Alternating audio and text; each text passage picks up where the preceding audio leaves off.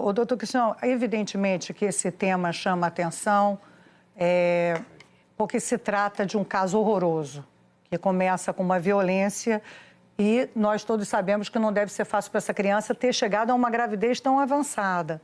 Então, os que questionaram de alguma forma essa intervenção falaram principalmente na questão do avanço da gravidez, por se tratar de 22 semanas de gestação, por já se ter um feto formado, é preciso dizer isso, né? Então, mas ao mesmo tempo tinha uma questão que me parece aí fundamental, primeiro o risco da vida dessa criança. E os que também questionam a intervenção perguntam, mas um procedimento que durou tantas horas, 17 horas, salvo engano, não poderia representar também um risco para essa menina, para essa criança? Então, são as perguntas que eu lhe faço nesse momento, nesse tema que eu sei que é bastante delicado. Bem, boa tarde a todos, obrigado pela oportunidade. Você apresentou, Maria Beltrão, uma questão que é realmente terrível, dramática. Todos nós estamos estarrecidos com esse caso, mas foi necessário uma criança de 10 anos para nos ensinar tanta coisa que já há 80 anos está inscrita no nosso Código Penal, desde 1940, como muito bem disse logo na minha frente a doutora. E ela traz uma série de questões a serem discutidas. A primeira, a epidemia de gestação na infância que o nosso país apresenta. Foram 112 mil meninas entre 10 e 14 anos que deram à luz no Brasil entre 2015 e 2019, nesses últimos 5 anos. Já apresentaram 20 mil casos por ano. É uma verdadeira epidemia. Só por aí nós vemos que são gestantes vítimas de estupro de vulnerável. Está inscrito na lei, é literalmente assim, mesmo com consentimento dela. O outro aspecto que essa criança nos ensina é que não precisaria estar judicializada essa questão, ter juiz. Isso é uma questão de saúde pública e deve ser tratada com a equipe de saúde, a criança e os seus responsáveis legais.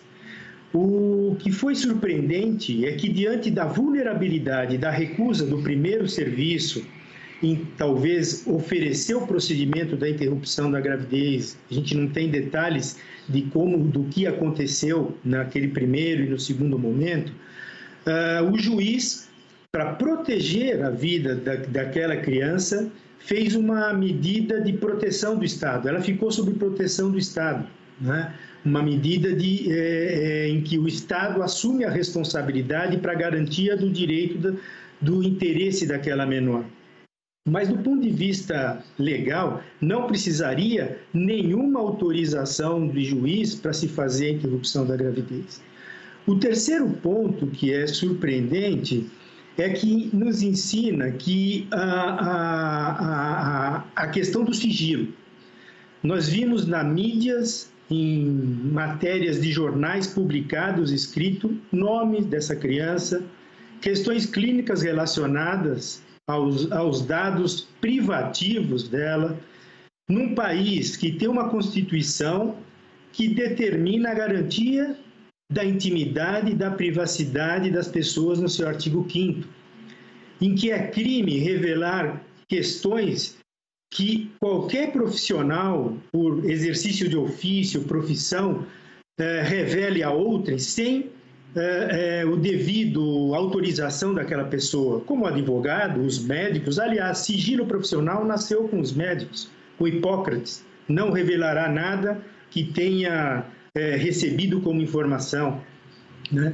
O outro aspecto que eu vejo, e o Código de Ética, sem falar que o Código de Ética pune terrivelmente com cassação, né, revelação de questões sigilosas relacionadas, assim, e o Código Civil também, né?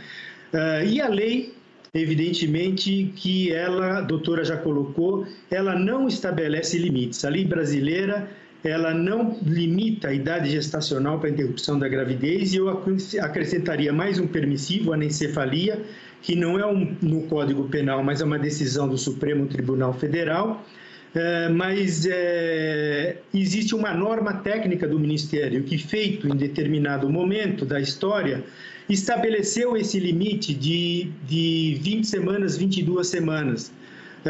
Mas muito mais por questões técnicas e de acesso a insumos, medicamentos, treinamentos de equipe, e porque realmente, à medida que a idade gestacional aumenta, a questão da objeção de consciência dos profissionais se apresenta de maneira mais firme. Então, tem muita coisa aí a ser discutida nessa questão.